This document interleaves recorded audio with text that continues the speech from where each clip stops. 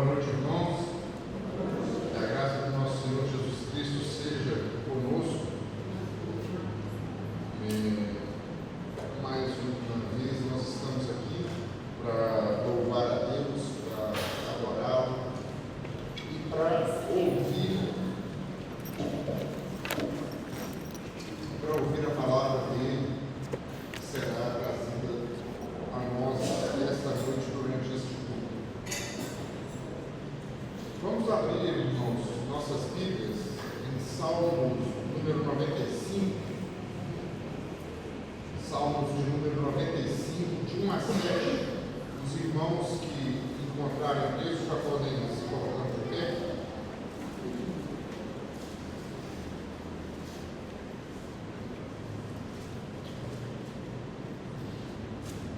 Nós faremos uma leitura alternada, Salmo 95, de 1 a 7.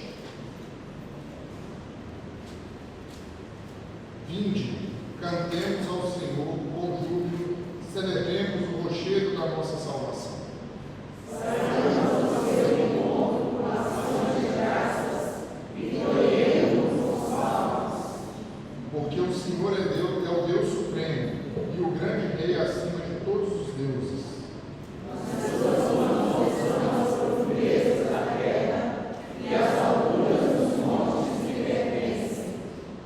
Dele é o mar, pois ele o fez, obra de suas mãos os continentes. Vinde, adoremos e prostremos, ajoelhemos diante do Senhor que nos criou. Ele é o nosso Deus e nós, povo do seu pasto e ovelhas de sua mão. Podemos assentar, irmãos. Este texto ele nos convida com ternura e alegria a nos aproximarmos de Deus em adoração. Ele nos lembra que o Senhor é o nosso Criador, o grande Rei acima de todos os deuses, aquele que sustenta o mundo em suas mãos. Ao iniciarmos esse momento, irmãos, de culto, somos chamados pela própria palavra de Deus a cantar, nos alegrar e nos prostrar diante dele, reconhecendo que pertencemos ao seu rebanho. Esse chamado nos prepara para um culto centrado não em nós, mas em Deus, o único que é digno de toda a adoração.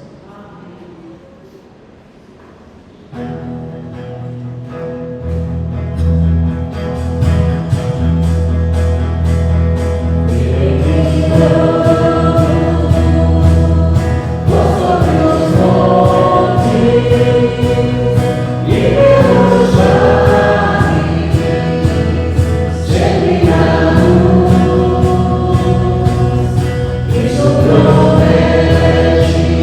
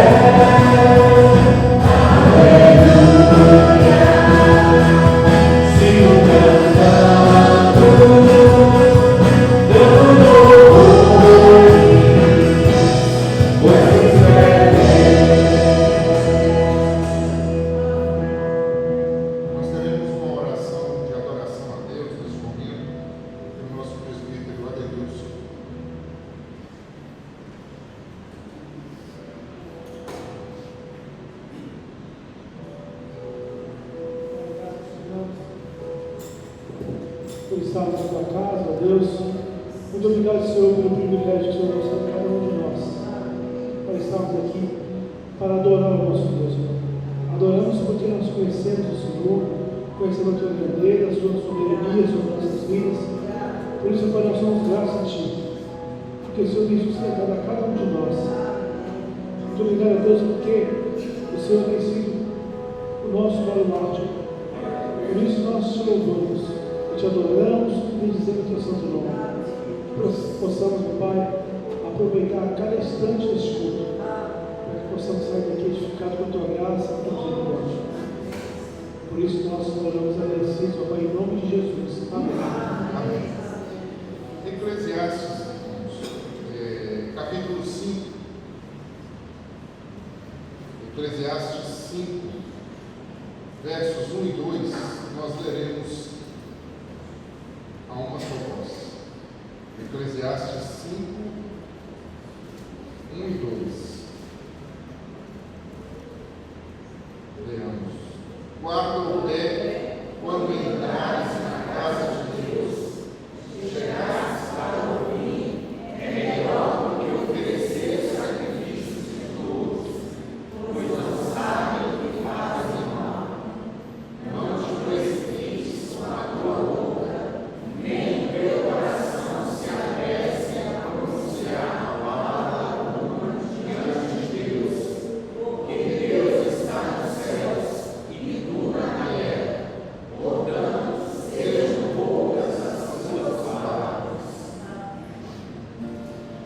Nesse trecho de Escritura, irmãos, somos orientados a entrar na presença de Deus com o coração ardente e reverente. A palavra nos ensina que ao nos reunirmos para o culto, devemos ouvir com seriedade, falar com humildade e lembrar que o Senhor está nos céus, soberano, santo e cheio de graça. Por isso a confissão se torna um momento de profunda sinceridade, em que com reverência e confiança reconhecemos diante de Deus nossas falhas e renovamos nosso desejo de viver conforme a sua vontade. Nós teremos um momento de oração silenciosa. Eu vou pedir à nossa irmã Rogéria que faça uma oração quebrando o silêncio, uma oração de agradecimento ao perdão alcançado.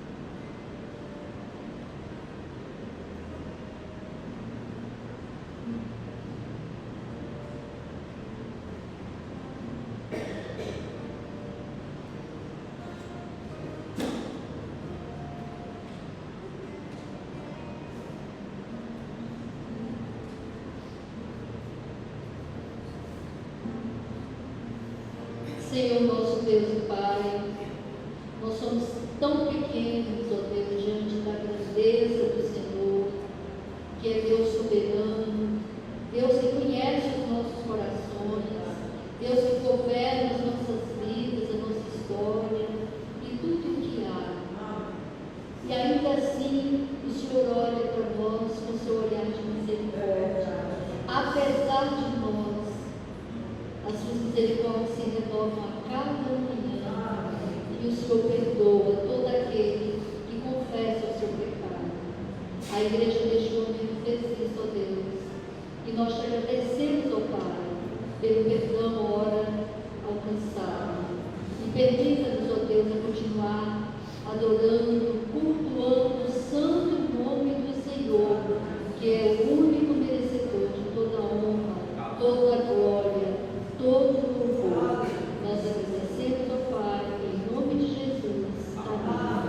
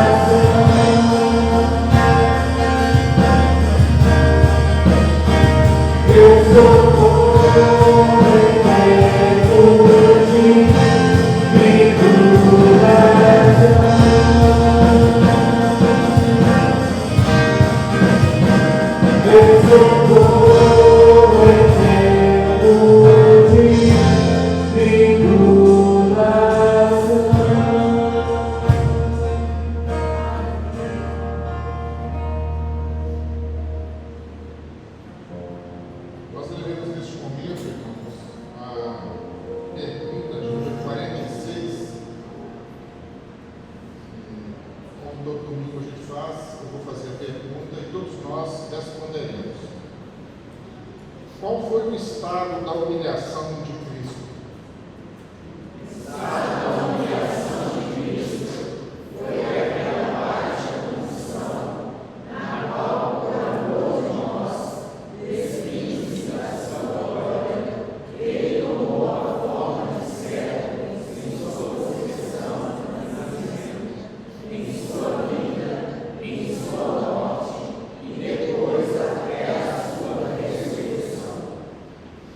Vamos colocar em pé, irmãos, abrir nossas Bíblias em Hebreus, capítulo 12, versos 28 e 29.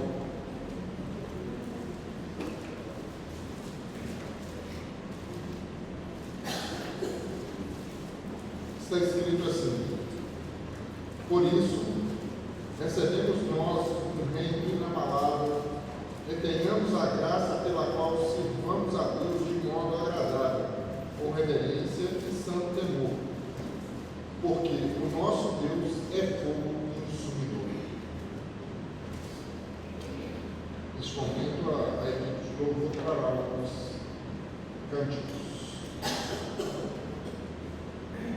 Boa noite, irmãos. Nós já estamos aqui todos em pé para adorar o Senhor, e eu queria também te dar a oportunidade, se você quer dizimar ou ofertar nesta noite, você tem a oportunidade enquanto nós estamos adorando ao Senhor.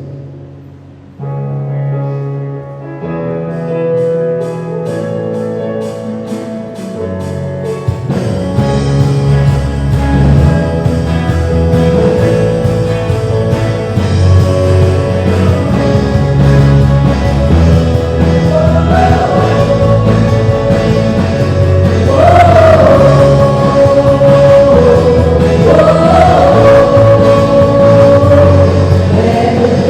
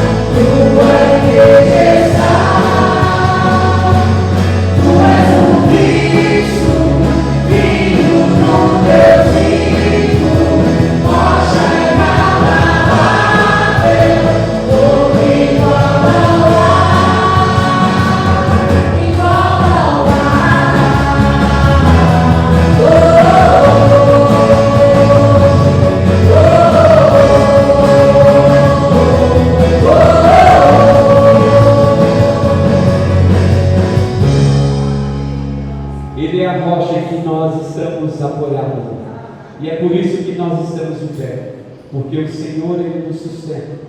Que nesta noite, que todos nós possamos ouvir a voz do Senhor, porque isso é o que nós precisamos buscar aqui neste lugar.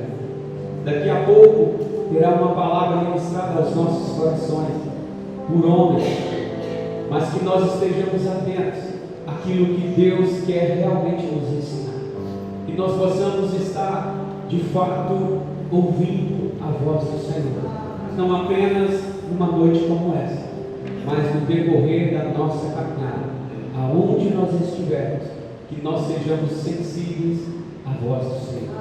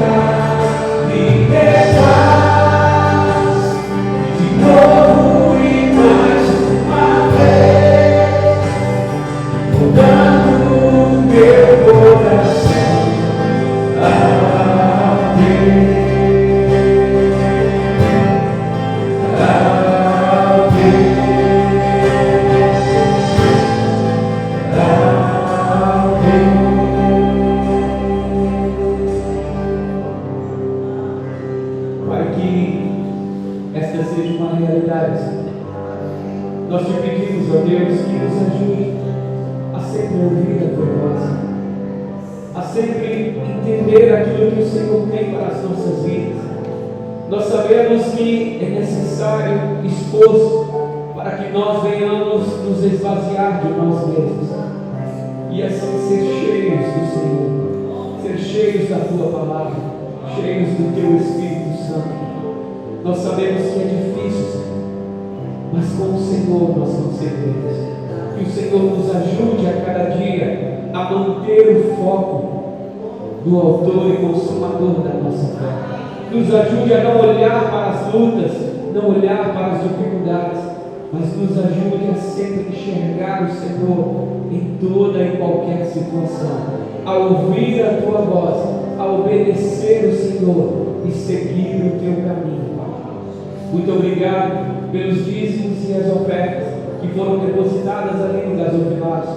Que o Senhor continue abençoando o Teu povo, abençoando a Tua igreja, abençoando o trabalho de cada um, a família de todos eles. Que o Senhor continue nos sustentando. E nessa noite, que o Senhor nos ensine um pouco mais da Tua palavra. Que o Senhor fale aos nossos corações. Que a palavra do homem venha soar aos nossos ouvidos, mas que a palavra do Senhor e o Teu Espírito Santo possa ministrar aos nossos corações. Que nós estejamos atentos, receptivos nesta noite. É a nossa oração, agradecidos por tudo, em nome de Jesus. Podeis assentar, meus irmãos.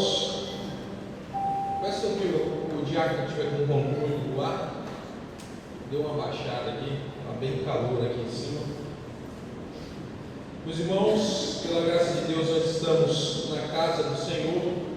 Como os irmãos sabem, eu me encontrava em uma viagem no último domingo. Estava em Goiânia, uma cidade muito bacana, lá no Goiás, a capital do Goiás.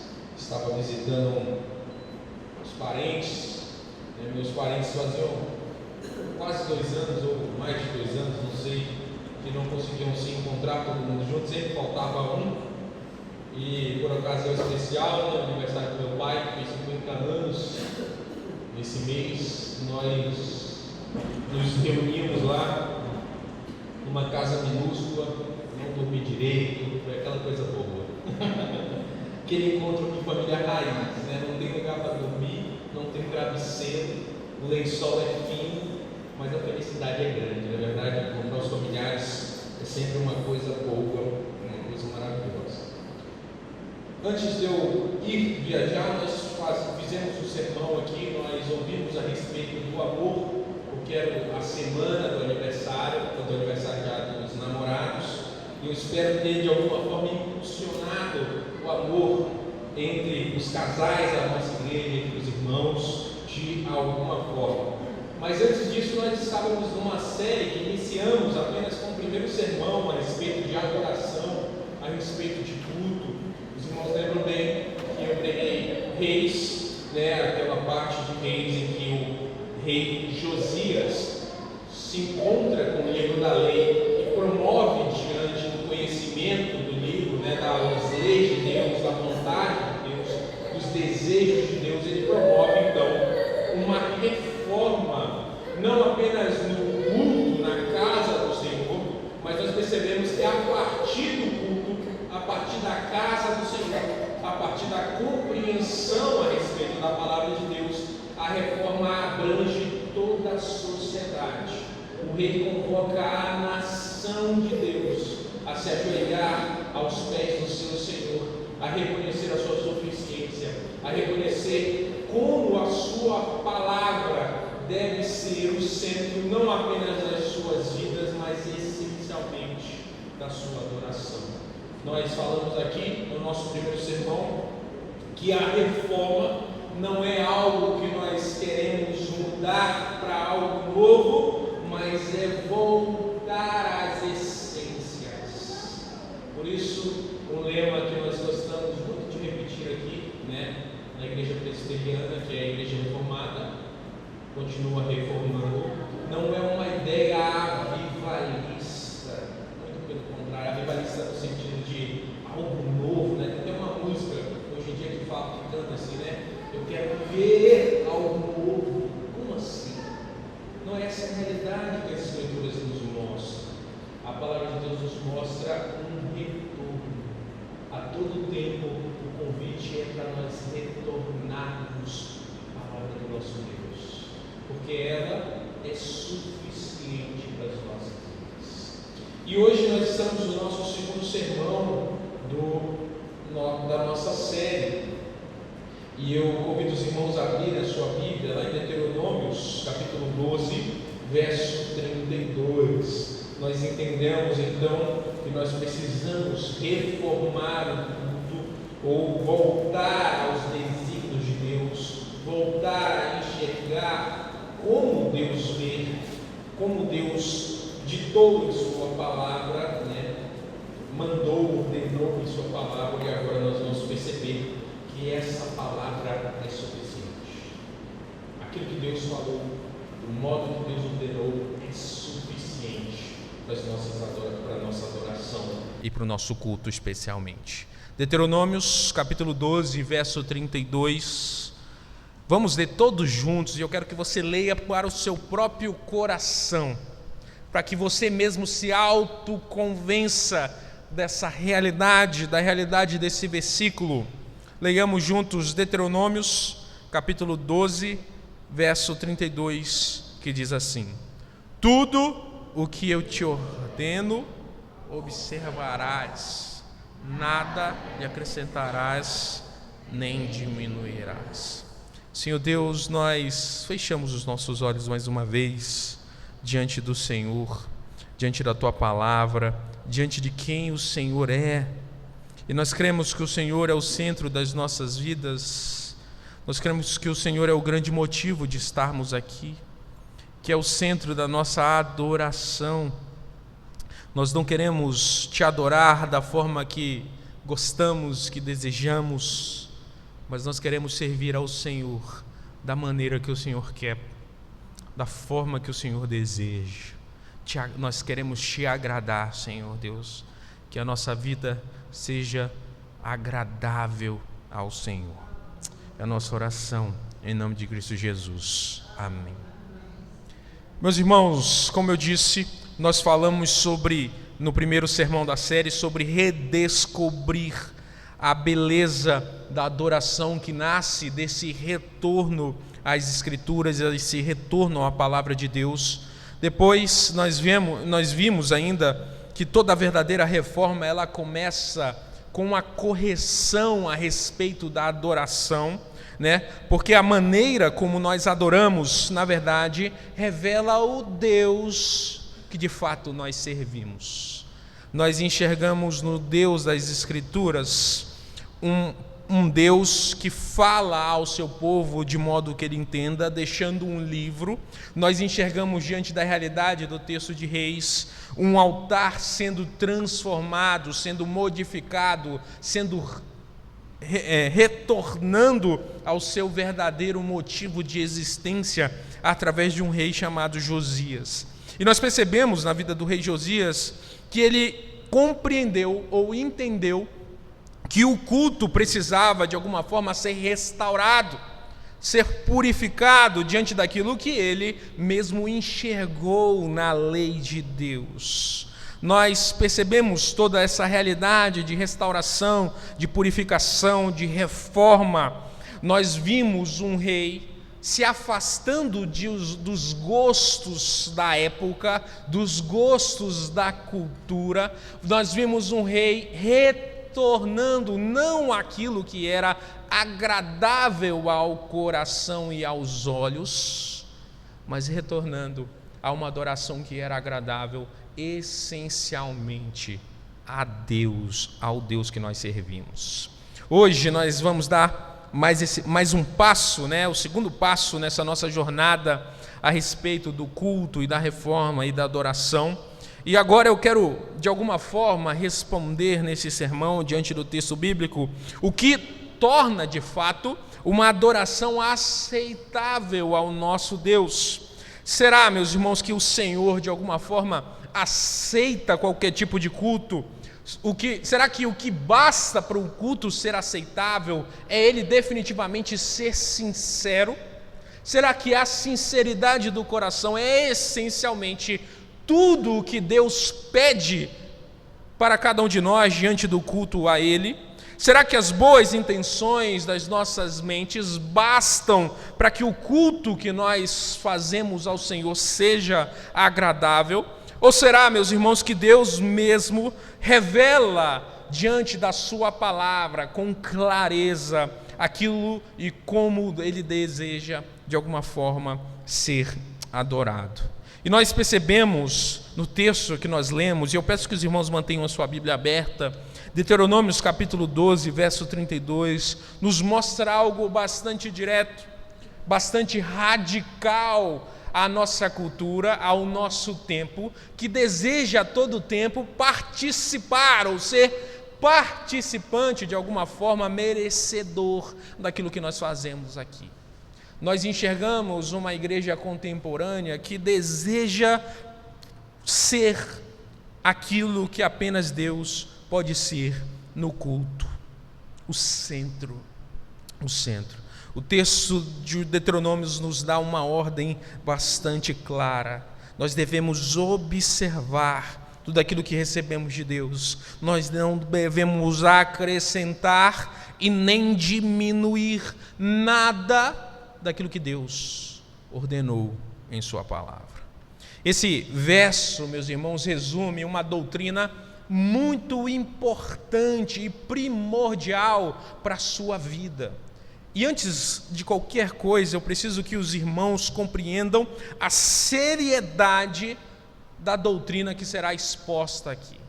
Os sermões dessa série são sermãos doutrinários, são sermãos que os irmãos vão precisar mastigar, vão precisar se debruçar um pouco mais, ir ao texto novamente, perceber a realidade daquilo que nós chamamos de princípio regulador do culto. É exatamente assim que a nossa confissão de fé chama o princípio de que Deus aceita somente o que Ele mesmo ordena em sua palavra na nossa adoração. Isso já nos aponta uma realidade bastante profunda acerca de quem Deus é, a perfeição, a sua santidade e a sua clareza. Deus não aceita nada mais do que Ele mesmo ordenou em sua palavra. Nós, então, diante dessa realidade, nós não devemos inventar, nós não podemos adaptar, e eu preciso que os irmãos prestem atenção nessa palavra, nós não podemos inventar, nós não podemos adaptar, nós não podemos diluir tanto o conteúdo quanto a forma que Deus deseja ser adorado. Nós, meus irmãos, devemos ouvir, obedecer e confiar. Esse, meus irmãos, é um princípio que preserva a santidade, porque afinal de contas, como nós bem sabemos, tudo que nós fazemos está completamente contaminado pelo pecado. Na queda, os nossos corações se desvirtuaram do seu propósito genuíno. Então, diante dessa realidade, esse princípio tem sido um sustento para a nossa tradição reformada. Os puritanos, os reformadores, os teólogos que nós conhecemos confessionais, entendem que a adoração é o lugar onde nós, o povo de Deus, a igreja do Senhor, nós revelamos a fidelidade que nós temos ao nosso Deus. E, meus irmãos, que nós revelamos também que não há verdadeira fé onde há genuinamente um culto corrompido. A adoração não é, de alguma forma, um experimento nas nossas mãos, sensitivo, sentimental, mas nós vamos perceber no dia de hoje, na noite de hoje, que a adoração é essencialmente obediência. Obediência. E se Deus está de fato no centro, então é esse Deus que é o centro que dita as regras daquilo que nós fazemos aqui. É Ele quem ordena, nós obedecemos, nós ouvimos e obedecemos. Nós, infelizmente, meus irmãos, vivemos em dias em que esse princípio tem sido de alguma forma ignorado, principalmente quando nós tratamos de igreja presbiteriana, que é a igreja que de fato deveria guardar. O culto, meus irmãos, tem se tornado de alguma forma vitrines da nossa criatividade. daquilo que nós somos capazes genuinamente de fazer. Nós percebemos um culto, por muitas vezes, como um palco de performance, e muitas dessas vezes uma colcha de retalhos litúrgicos, ao ponto de que ninguém, nem mesmo o pastor, consegue compreender aquilo que está acontecendo no culto. Eu acredito que não sou só eu, que já foi a uma igreja presbiteriana e não entendeu o que estava acontecendo no culto. E sabe, meus irmãos, qual que é a consequência dessa realidade? A consequência é um Deus ofuscado pela estética, onde as luzes, onde os músicos sabem, o feeling, né? A técnica é muito mais importante do que o desígnio de Deus, do que a vontade de Deus, do que o desejo de Deus. A palavra é de alguma forma substituída por experiências. O culto deixa de formar discípulos, que é o seu propósito em relação às nossas vidas, para formar de alguma forma consumidores. Outro dia eu vi um vídeo de uma mulher que é arquiteta. Eu não tenho certeza se ela é presbiteriana, mas ela é reformada, e ela falava a respeito de igrejas que parecem cinemas, arquitetonicamente, e o quanto a igreja é preparada para, como o cinema, te receber tão bem, que o fato de estar ali naquele local físico é suficiente para, de alguma forma, né, você desejar voltar. As pessoas voltam pelo lanche que é oferecido na porta, elas voltam pelas luzes que as fazem enxergar melhor, elas voltam pelo telão de LED 4K, 8K, 12K, elas voltam porque o guitarrista sabe fazer um solo muito bem, ela volta porque o baterista é o melhor, ela volta porque o louvor é 10, porque o pastor pregou um sermão de 10 minutos. Nós percebemos, meus irmãos, através do texto de Deuteronômios 12, capítulo 32, pelo menos 3 realidades que nós precisamos enxergar nesse texto. A primeira delas é que Deus se revelou, tanto no Antigo quanto no Novo Testamento. Ele revelou, tanto no Antigo quanto no Novo Testamento, um padrão de adoração que ele definitivamente aceita. No segundo lugar, que esse padrão nos protege de uma adoração centrada, antropocêntrica, ou seja, centrada no homem e cheias de acréscimos que se tornam o grande perigo, né, da nossa fé. Em terceiro lugar e último, nós veremos que obedecer a esse padrão é uma expressão de amor, de temor e principalmente de verdadeira liberdade espiritual. Assim, dessa forma, nós seguimos a nossa série, né, sobre culto e sobre adoração. Que o Senhor nos ajude diante de toda essa realidade que nós veremos aqui, né, em toda a série, não somente nesse sermão. A primeira coisa que eu quero apontar aos irmãos rapidamente é que Deus revelou o padrão que deseja ser adorado.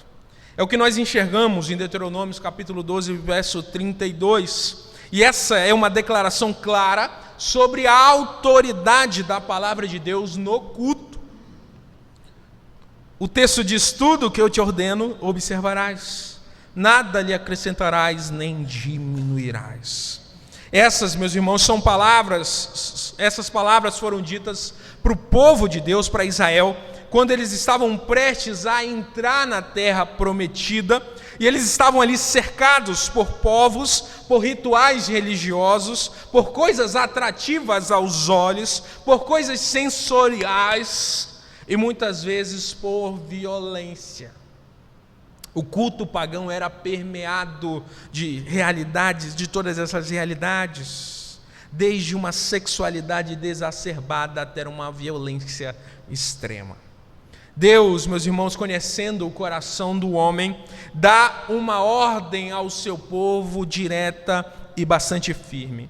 Deus diz: vocês não podem me adorar como vocês consideram melhor, ou como esses outros povos fazem. Vocês devem me adorar como eu ordeno, como eu peço. Um comentarista bíblico chamado Peter Greig, ele diz que esse versículo de Deuteronômio funciona como uma sanção canônica.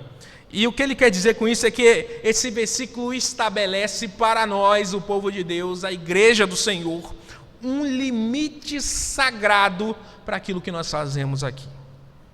Nós não podemos adicionar, é o que diz o texto, nem mesmo remover nada daquilo que Deus determinou para fazermos aqui no culto.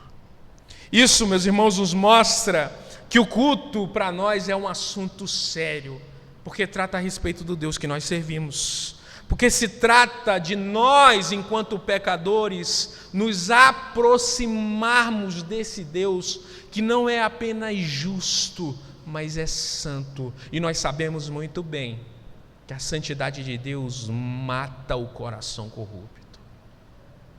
Esse, meus irmãos, é um princípio que se repete no Novo Testamento também, quando Jesus, lá em um texto que nós conhecemos muito bem, João capítulo 4, verso 24, ele vai dizer assim: Deus é Espírito, e importa que os seus adoradores o adorem em espírito e em verdade.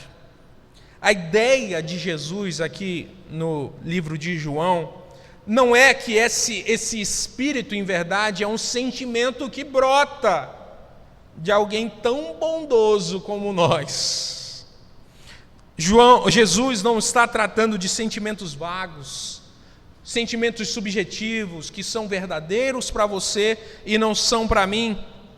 Jesus não está falando apenas de uma verdade por ela mesma, de uma sinceridade, simplesmente. Jesus faz questão de dizer que é em espírito e verdade. O que nos aponta para algo bastante firme e claro. A nossa adoração, o nosso culto, deve ser dirigido pelo Espírito Santo e guiado pela verdade. E essa verdade tratada por Jesus aqui é a palavra de Deus. Ela é a verdade nesse mundo de mentira. Não é o lugar, meus irmãos, diante do contexto, não é Gerizim nem Jerusalém que Jesus se refere, não é o ritual externo. Jesus está falando aqui de um conteúdo do coração que realmente importa. E esse coração só se encontra em verdade quando ele está plenamente alinhado com aquilo que Deus revelou em sua palavra. Quando Jesus diz, meus irmãos, Deus é Espírito, Ele na verdade está afirmando para os nossos corações que Deus não é como os ídolos das nações inimigas do povo de Deus. Deus não é como as representações imaginadas, criadas pelo homem, adaptadas segundo o seu próprio desejo. Deus não é como Baal, que tem sede de sangue,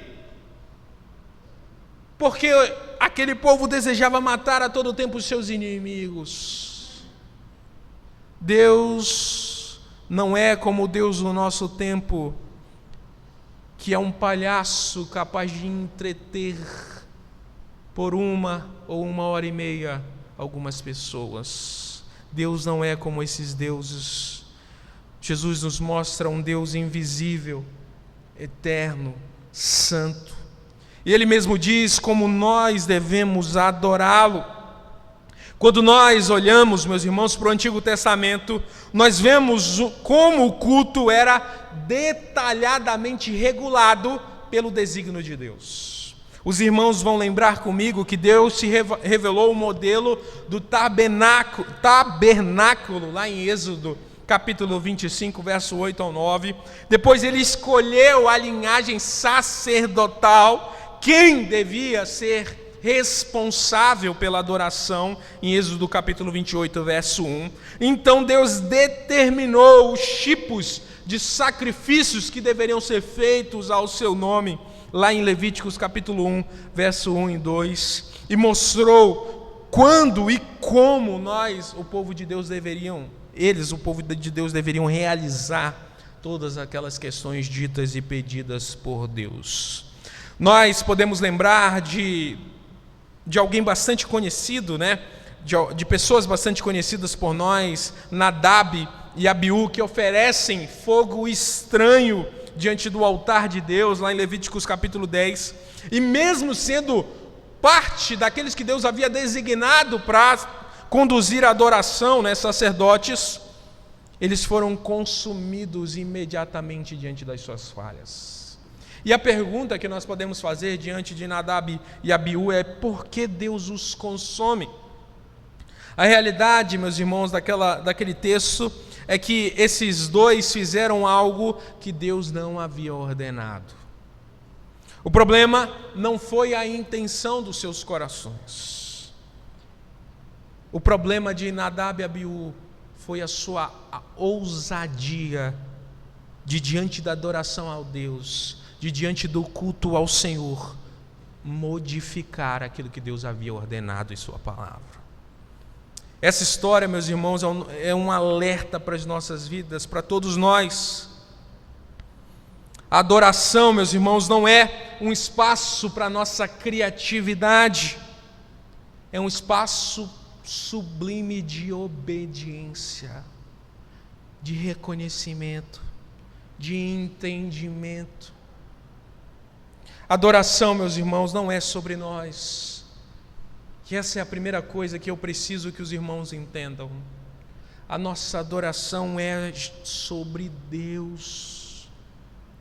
O culto que nós servimos, que nós fazemos, o culto público, não é uma apresentação para agradar alguém que nos assiste. Eu não venho aqui para agradar os irmãos, para que o conselho da igreja me permita ficar mais um ano aqui na quarta igreja. Nenhum pastor deveria subir ao púlpito com o desejo de agradar qualquer irmão que seja. Nós, todos nós sem exceção juntos, estamos aqui para nos encontrar com esse Deus que é vivo, que é diferente de todos os outros deuses, que deseja ser adorado segundo o seu próprio molde, que disse a forma que desejava que fizéssemos. Aqui, meus irmãos, é o momento em que nós nos unimos de maneira pública para expormos ao mundo a nossa vida de obediência a esse Deus. É aqui que nós mostramos para o mundo que o que importa para nós não é o nosso próprio desejo, a nossa própria vontade, mas é os desígnios de Deus, é aquilo que Ele quer para nós. Boas intenções, meus irmãos, não justificam desobediência. Nadab e Abiú nos mostram essa realidade. Muito provavelmente eles tinham boas intenções, mas a palavra nos mostra que eles não seguiram a ordem de Deus. No culto, meus irmãos, a intenção não substitui a revelação. E eu quero que os irmãos, se você tiver um caderninho, anote: no culto, intenção não substitui revelação. Não importa o que o pastor acha legal, não importa o que o pastor Atos quer, ou qualquer outro pastor que vier depois de mim. O povo de Deus não pode aceitar boas intenções.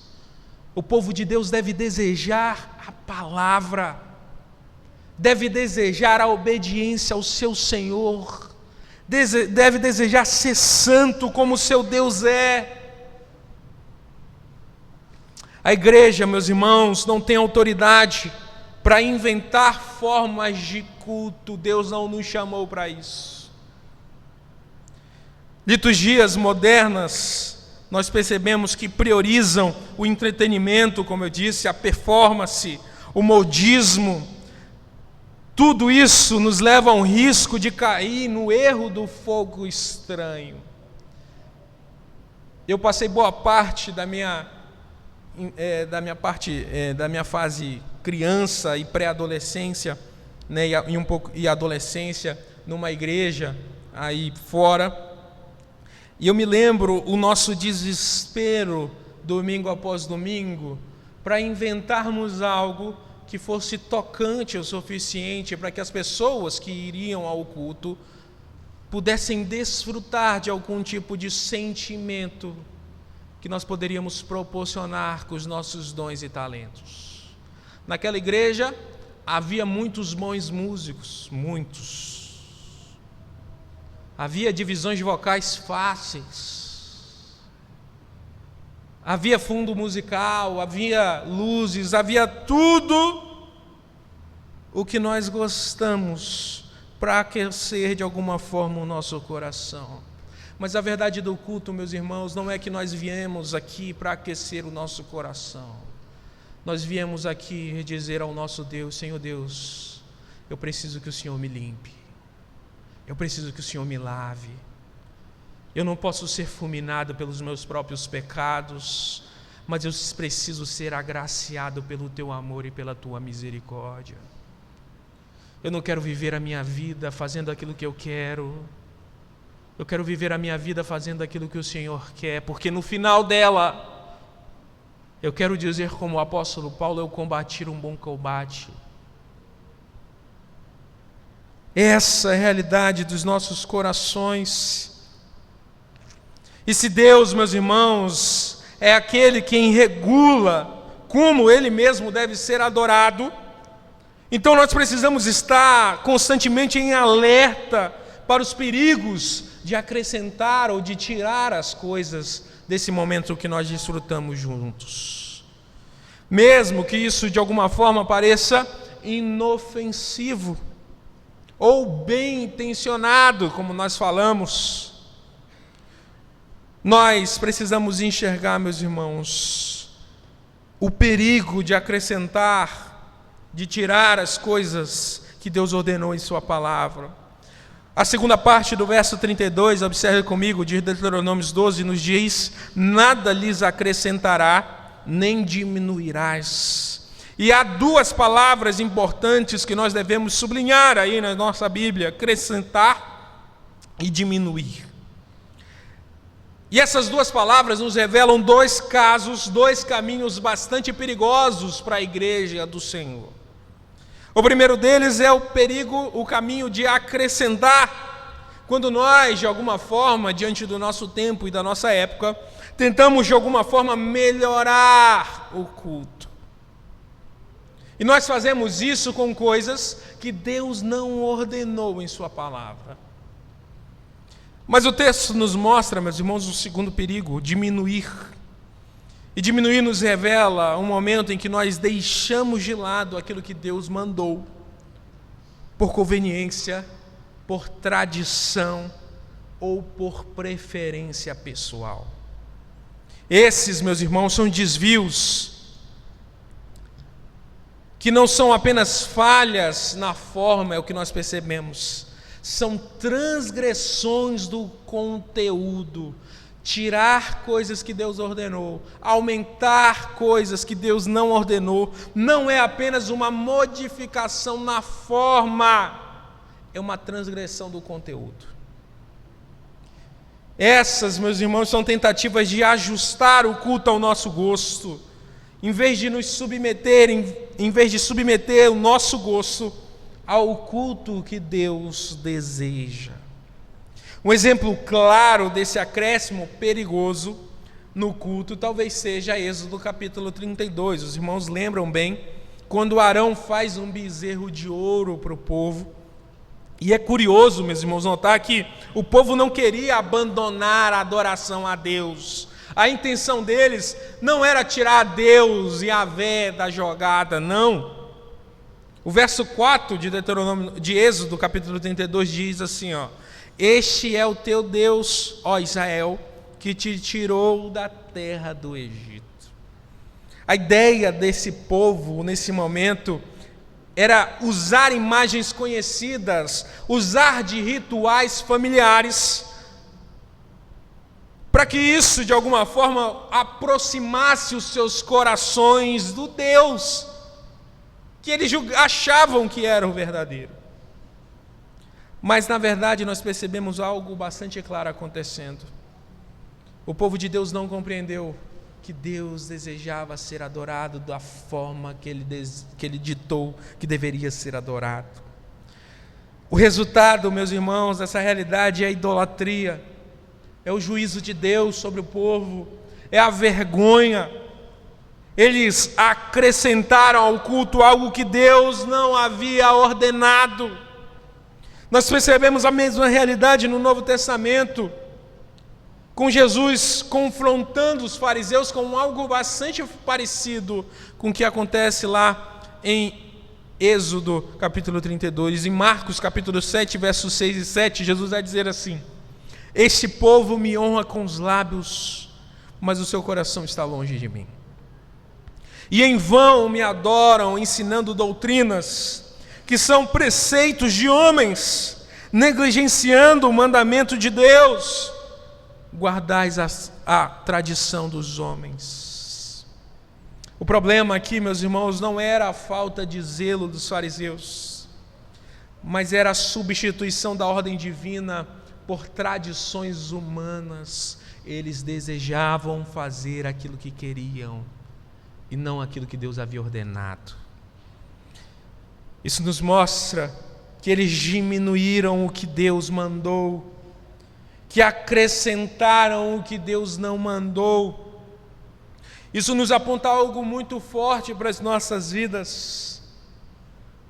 Modificar o culto é usurpar o trono de Deus.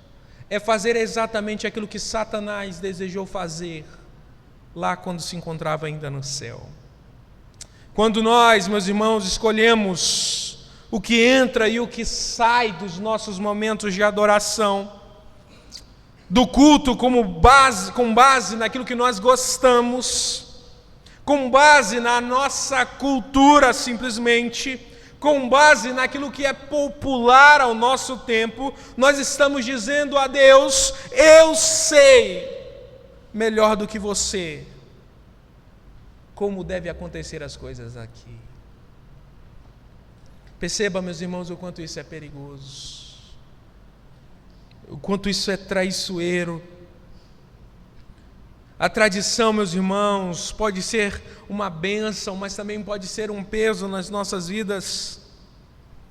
Existem algumas tradições no nosso meio boas, que vêm de frutos de sabedoria acumulados pelo tempo da igreja. Mas existem muitas tradições que escondem a palavra, que abafam a simplicidade do Evangelho, que impedem a reforma contínua do culto, o retorno contínuo do culto à palavra. Tudo, meus irmãos, precisa passar pela peneira das Escrituras. E a pergunta que você deve fazer, não ao seu irmão que está ao seu lado, mas ao seu próprio coração é: será que o que você tem feito aqui tem passado pelo crivo das Escrituras? A criatividade, meus irmãos, no culto deve ser limitada pela palavra e pela ordenança de Deus. Nós não estamos proibidos de organizar bem o culto, e nós fazemos isso aqui pela graça de Deus. Nós não estamos proibidos de ensaiar bem, de escrever um bom sermão, estudar direito, de escolher bons textos para a liturgia, de escolher pessoas capazes de falar em público para estarem aqui no púlpito. Nós não estamos proibidos dessas coisas. Mas a ideia das Escrituras é que toda forma deve sempre servir ao conteúdo, e ao conteúdo revelado na palavra de Deus. Quando a forma se torna um fim em si mesmo, meus irmãos, ela compete com a verdade, ela não é a verdade. E o texto também nos mostra que a omissão, ela é também um pecado perigoso. Quando nós deixamos de orar no culto, quando nós deixamos de ler as Escrituras, quando nós deixamos de celebrar os sacramentos, quando nós deixamos de pregar com fidelidade, tudo isso diminui aquilo que Deus ordenou. Isso nos aponta para uma realidade muito séria. Em quantos domingos, meus irmãos, você e eu estamos no banco da igreja, ouvindo o culto, mas não participando dele? Quantos domingos, jovens, vocês estão no celular, ouvindo o culto de longe, mas pouco participando dele? Quantos domingos nós estamos conversando com a pessoa do nosso lado, nós ouvimos o culto, mas não participamos dele? Quantas vezes, meus irmãos, nós estamos aqui de corpo, mas não estamos aqui atentos aos momentos e a tudo aquilo que acontece? O que o Senhor nos convida, diante dessa palavra, é percebermos que quando somos omissos no culto, nós diminuímos aquilo que Deus ordenou em sua palavra. Nós estamos pecando, usurpando o trono de Deus. Quando você e eu estamos aqui e não estamos cultuando ao Senhor, nós estamos dizendo a Ele que nós sabemos o que é melhor para a nossa vida, que nós somos autossuficientes e capazes de viver uma vida sem adorá-lo, sem obedecê-lo. Meus irmãos, Deus não está interessado nas inovações litúrgicas que são capazes de impressionar as pessoas da nossa época. O Senhor está buscando adoradores, como diz Jesus, que o adorem em espírito e em verdade. A palavra de Deus em João 14, verso 4, Jesus vai dizer: se me amais, guardareis os meus mandamentos. Se o culto, meus irmãos, deve seguir a vontade de Deus, e se é perigoso alterar então o culto, surge uma pergunta nos nossos corações vital: por que nós devemos obedecer a Deus no culto? Por que isso é tão importante então?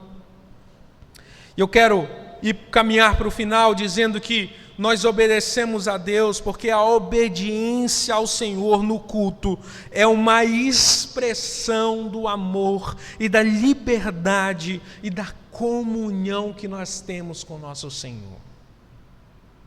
O culto, meus irmãos, que Deus ordena, não é apenas uma exigência rigorosa desse Deus, é, na verdade, uma oportunidade de expressarmos o nosso amor, de expressarmos aquilo que nós temos vivido com Ele.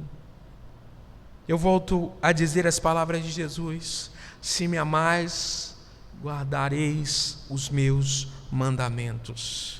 O apóstolo João, concordando com Jesus, nos mostra a mesma realidade. Em 1 João capítulo 5, verso 3, ele diz: porque este é o amor de Deus, que guardemos os seus mandamentos. E os seus mandamentos não são pesados. Esses textos, meus irmãos, nos mostram que obedecer à vontade de Deus no culto não é legalismo, é a verdadeira expressão de amor. Quem ama a Deus de verdade não deseja inventar formas novas, não deseja dar bicuda na cadeira, como eu escuto na internet, não deseja gritar descontroladamente. Quem ama ao Senhor de verdade se deleita em saber, em obedecer aquilo que Ele já revelou. O autor de Hebreus reforça, meus irmãos, essa mesma ideia, apontando para uma postura muito reverente diante de Deus. Lá em Hebreus capítulo 12, verso 28, ele diz: por isso, recebendo nós um reino inabalável, retenhamos a graça pela qual servimos a Deus de modo agradável, com reverência e temor, porque o nosso Deus é fogo consumidor. Perceba, meus irmãos, a graça que recebemos nos move a servir ao Senhor como Ele quer. Cultuar, meus irmãos, com reverência ao Senhor, não é um sinal de frieza, como muitos nos classificam por aí fora. Na realidade, é um sinal de profunda consciência daquilo que fazemos aqui dentro.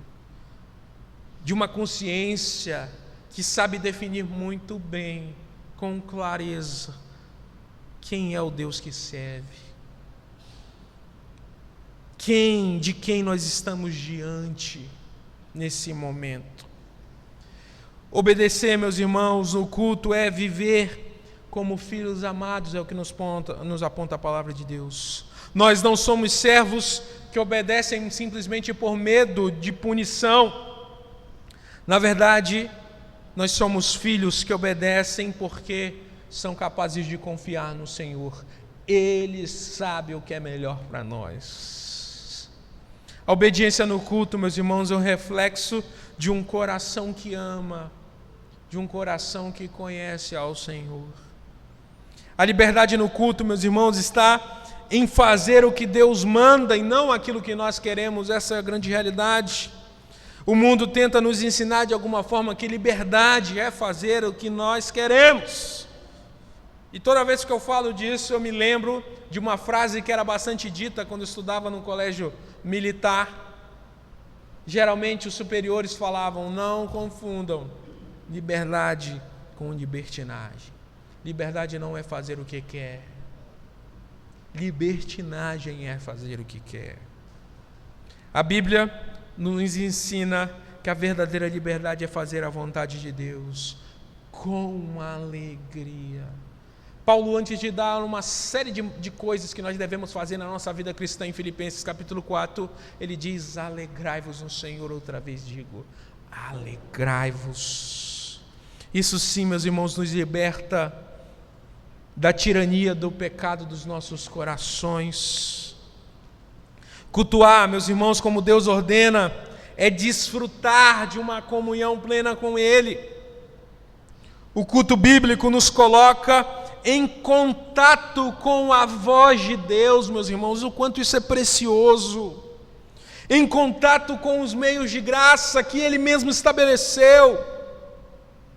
Em contato com os outros santos que nos fortalecem a esperança de que o Deus que nos salvou irá nos resgatar, irá retornar, e nós desfrutaremos eternamente com Ele. Nós não estamos aqui por uma obrigação, nós estamos aqui porque um dia o Senhor nos ofereceu a dádiva de viver para o louvor da sua glória. Nós precisamos, meus irmãos, ter reverência, e a reverência é fruto da graça de Deus. Nós não precisamos de shows, nós não precisamos de cenários elaborados, nós não precisamos de performances cativantes. Quando nós entendemos que estamos aqui diante desse Deus que é santo, a reverência a Ele surge como uma resposta natural da exposição à presença desse Deus. A reverência é uma resposta de um coração grato ao seu Senhor. Eu quero concluir, meus irmãos, o sermão dessa noite, dizendo que a adoração que Deus ordena é a que Cristo realiza em cada um de nós. A adoração que agrada a Deus é a que Ele mesmo ordenou, como nós falamos. O culto não nasce do nosso coração, mas nasce da revelação de Deus, da palavra de Deus. E Ele sabe o que é melhor para nós. Ele define a métrica, o modo, o conteúdo. Ele nos mostra os seus desejos, Ele não nos deixa sem direção. É esse o Deus que nós servimos. Entender isso, meus irmãos, é entender que o amor só é verdadeiro quando parte da obediência a esse Senhor. É na obediência que nós nos expressamos em amor ao Deus que nós servimos. Aqui, meus irmãos, está a grande verdade que tanto nos consola como nos fortalece nas nossas vidas. Somente Cristo Jesus torna possível esse culto aceitável a Deus. Cristo é o verdadeiro adorador. É Ele, meus irmãos, aquele que viveu em perfeita reverência ao Pai, que nunca acrescentou, como nós estudamos em Mateus, que não tirou nada a respeito da vontade de Deus, que adorou em espírito e em verdade, que adorou de forma perfeita, mesmo quando a sua adoração ao seu Senhor o levou à morte, e morte de cruz. É Ele, meus irmãos, Jesus Cristo, o sumo sacerdote fiel, que ofereceu não apenas um sacrifício, mas a si mesmo, de uma vez por todas, como um culto agradável a Deus, se entregou para que eu e você pudéssemos estar aqui cultuando a esse Deus. Cristo, meus irmãos, é o grande mediador do nosso culto. Mesmo as nossas melhores liturgias são imperfeitas, mesmo as melhores palavras, os maiores pastores falham, mesmo os mais atentos se dispersam, mas Jesus apresenta ao Pai, meus irmãos, diante das nossas falhas, um culto perfeito em nosso lugar. E agora, uma vez que somos participantes com Cristo, uma vez que estamos unidos a Ele e a quem Ele é pela fé, o Pai recebe a nossa adoração, que se torna perfeita em Cristo, por causa da perfeição de Cristo, por causa de quem Jesus é. Cristo, meus irmãos, é um modelo, é a fonte suprema da obediência, que deve ser não apenas observada por nós, mas deve ser buscada incessantemente, de todas as nossas forças, de todo o nosso coração. Nós não cultuamos para conquistar o favor de Deus, mas porque um dia nós recebemos esse favor pela graça. O culto que Deus ordena, meus irmãos, não é um peso do legalismo, mas é a resposta amorosa de filhos que foram conquistados por amor, que foram redimidos. O Espírito de Cristo, meus irmãos, habita em nós, nos capacita a adorar com reverência, com alegria. Adorar como Deus manda não é apenas uma questão de forma, meus irmãos, e eu desejo que os irmãos saiam com isso aqui do coração. Adorar como Deus quer não é apenas uma questão de forma, é essencialmente uma questão de fé. De fé. É reconhecer que Cristo é o centro de tudo que nós fazemos, é o fundamento, é o destino de toda adoração verdadeira.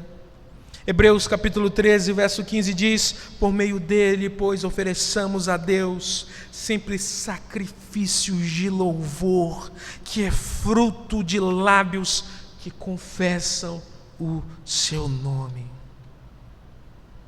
O meu desejo, meus irmãos, como pastor dessa querida igreja, é que a nossa igreja amadureça, que todos nós deixemos de lado os nossos próprios desejos e que venhamos juntos, como corpo de Cristo, cultuar ao Senhor de um modo que o agrade, do modo que Ele deseja. Que juntos, meus irmãos, como povo de Deus, busquemos a glória do nosso Deus em Cristo. Que o nosso culto não seja um palco, mas um altar definitivamente de adoração. Não é esse elevado aqui que é altar, não, meu irmão. O povo de Deus é o altar do Senhor.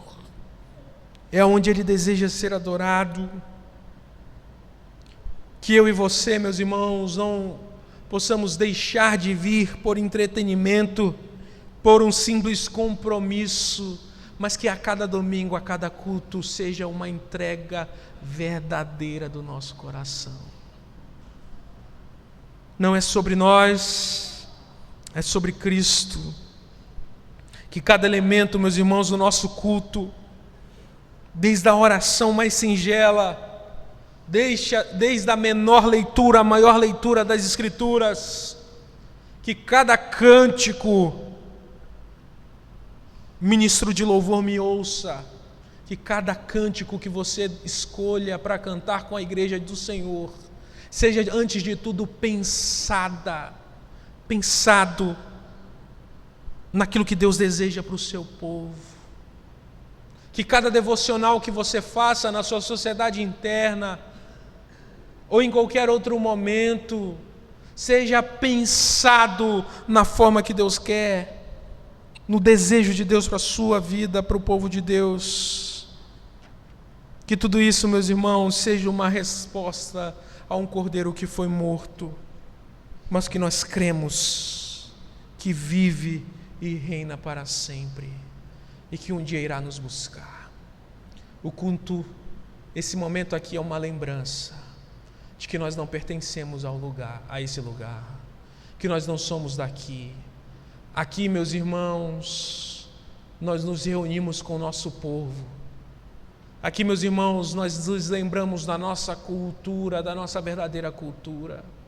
Aqui, meus irmãos, nós comemos a comida do céu. A ceia nos representa essa realidade de que um dia nós cearemos com o nosso Senhor. Aqui, nesse momento, no culto ao Senhor, nós lembramos que nós não somos daqui, que nós não pertencemos a esse lugar, que a nossa verdadeira vida, que a nossa verdadeira motivação, que o nosso verdadeiro propósito é encontrado aqui, junto do povo de Deus. Que possamos amadurecer juntos, meus irmãos, e que Deus nos ajude. Fechemos os nossos olhos. Ore ao Senhor diante de toda essa realidade.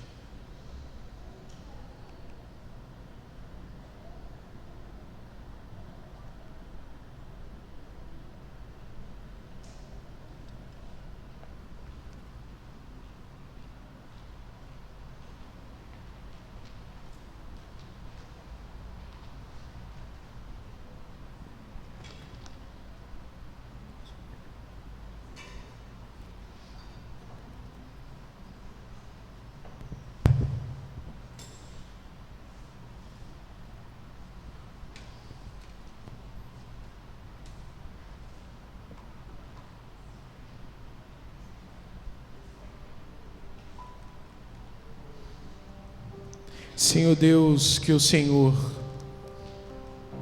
possa fortalecer os nossos corações, que o Senhor possa ser a força da tua igreja, desse povo, Deus, cansado desse mundo mau. O mundo tenta nos afligir, tenta nos impedir de cultuar ao Senhor com verdade, com sinceridade, mas nós estamos aqui, Pai, clamando ao Senhor para que o Senhor, Pai, sacie o deserto do nosso coração. Derrame, Pai, a chuva das tuas bênçãos sobre nós, não para que nós sejamos melhores que qualquer outra pessoa, mas para que possamos, Deus, ser lembrados que pertencemos ao Senhor. Que a nossa obediência a Ti, a Tua palavra, nos mostra toda essa realidade. O Deus que nós servimos é o Deus da verdade. Que o Senhor nos ajude, meus irmãos. Que o Senhor nos ajude, ó Deus, em nome de Cristo. Amém. Fique de pé, meus irmãos, nós cantaremos uma última canção.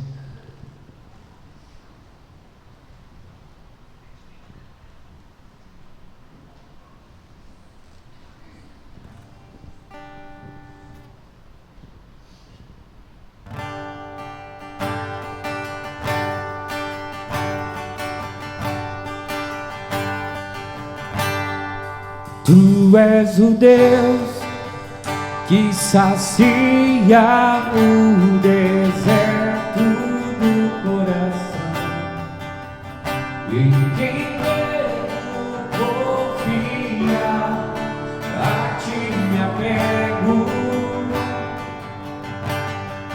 És o auxílio e a sombra de tuas asas descansarei. Pela tua forte mão estou seguro de todo coração. Desejo contemplar a tua força, a tua glória e o teu poder.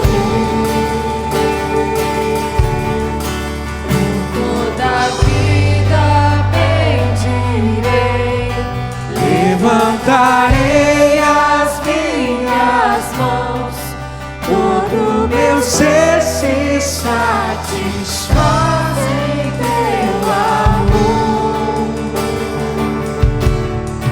Com alegria cantarei uma canção de gratidão.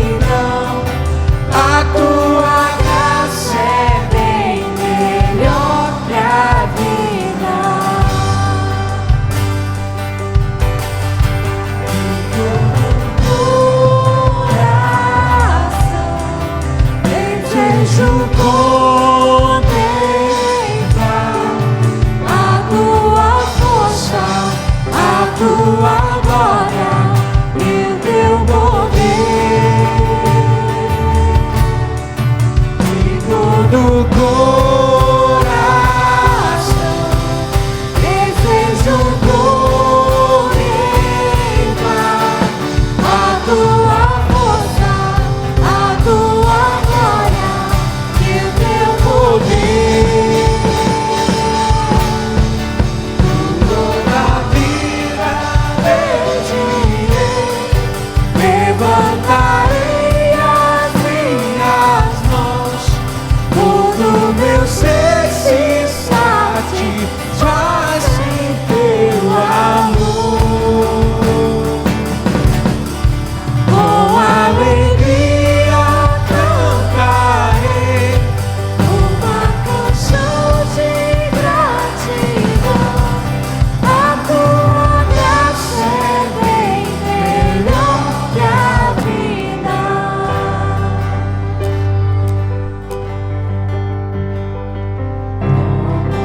Terra seca, minha alma está. Clamo pela água viva, tu podes dar. Mesmo quando as ruínas enfim me alcançar, sei que não sou de mim mesmo.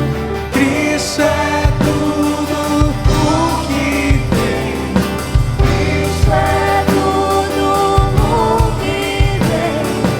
Cristo é tudo o que tenho. Toda vida bendirei, levantarei as minhas mãos, todo meu ser se satisfaz em teu amor. Com alegria cantarei uma canção de gratidão. A tua graça é bem melhor que a vida. Senhor Deus, nós oramos mais uma vez a Ti agradecendo, porque o Senhor não é um Deus que nos deixou no escuro, sem saber o que nós deveríamos fazer, mas na Tua palavra o Senhor revelou tudo aquilo que o Senhor queria de nós e que nós façamos como o Teu povo. Que possamos, Deus, sempre oferecer um culto verdadeiro ao Senhor, agradável ao Senhor. Esse é o nosso desejo. Que a tua igreja possa ruminar, ó Pai, aquilo que tem sido ensinado aqui durante essa semana. Que o Senhor possa abençoá-los, Deus, é o que eu te peço e te agradeço. E agora, meus irmãos, que a graça e a paz do nosso Senhor Jesus Cristo, que o amor de Deus, as eternas consolações do Santo Espírito sejam com todos vós, não só hoje, nem mesmo nesse momento, mas eternamente. Amém.